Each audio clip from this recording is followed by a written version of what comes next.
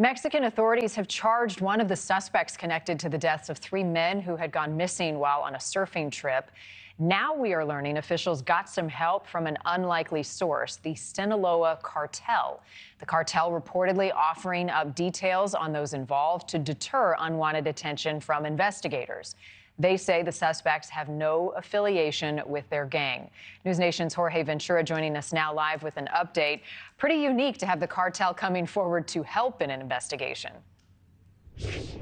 Yeah, that's right, Marni. So Mexican authorities are officially announcing they have charged one of the suspects in connection to the deaths of the three surfers. Now, according to a new report, Mexican law enforcement did receive help from an unusual ally to find those suspects, the Sinaloa Cartel. Now, according to Baja California Attorney General's office, they have charged suspect Jesus Geraldo, also known as El Quicas, with the crime of forced disappearance following the deaths of the two Australians and one American. According to the suspect's girlfriend, he confessed to her that he had killed the three men. Two other suspects have also been arrested in connection to the deaths. Now, the bodies of brothers of Cullum and Jake Robinson and their friend Jack Carter Road were found at the bottom of a well with gunshot wounds to the head shortly after they disappeared while camping in Ensenada, Mexico.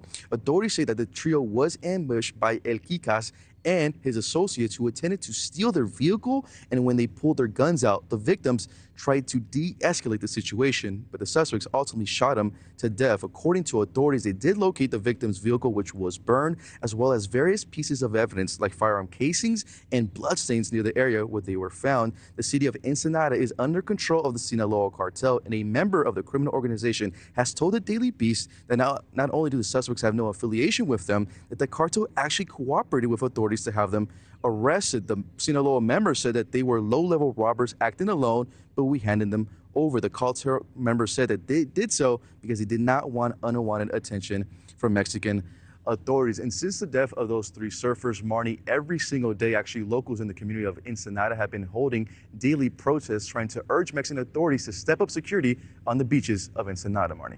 Yeah, just hearing that the cartel oversees basically that region is concerning in and of itself. Jorge, thank you for that update. Thank you for watching. Go to newsnationnow.com to find NewsNation on your television provider. And don't forget to click the red subscribe button below to get more of NewsNation's fact-driven, unbiased coverage.